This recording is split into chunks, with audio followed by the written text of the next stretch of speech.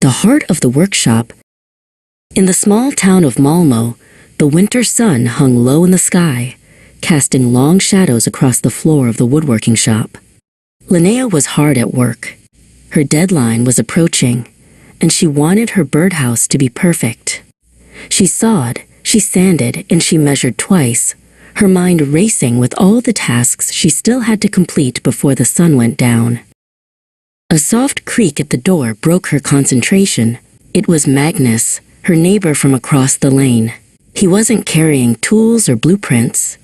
Instead, he held a wooden tray that carried the scent of cinnamon and warm yeast.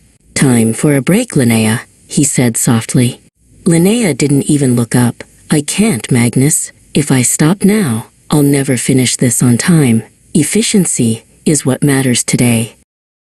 Magnus didn't leave. He set the tray down on a stool. "In Sweden, we have a word for what you need," he said. "It is called fika. It isn't just about eating.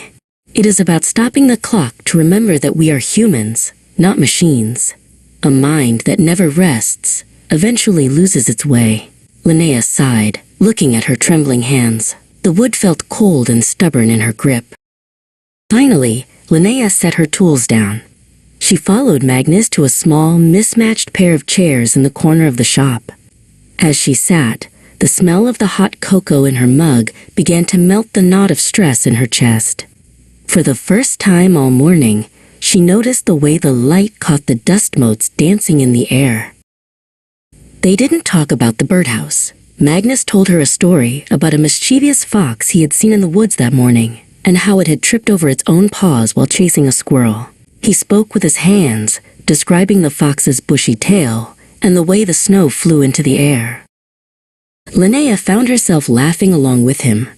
The pressure of the deadline felt miles away. As she took a bite of the warm cannel bowl, she felt a sense of connection, not to her work, but to her friend.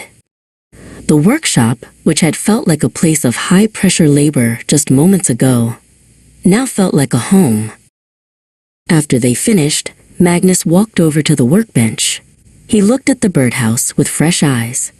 "You know," he remarked, "when we rush, we only see what is right in front of us, but when we pause, we see the whole picture." He pointed to a small gap in the joinery that Linnea had missed because she had been moving too fast. Magnus picked up the empty tray. "The work will always be there, Linnea. But the coffee gets cold, and friends grow distant if we don't make time for them." He headed toward the door, leaving behind a lingering sense of warmth.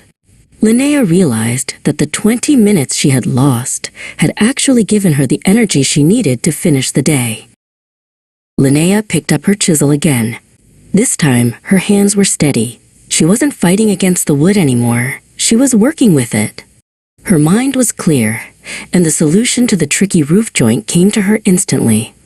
By prioritizing her well-being and her connection to Magnus, she had actually become more capable than she was before.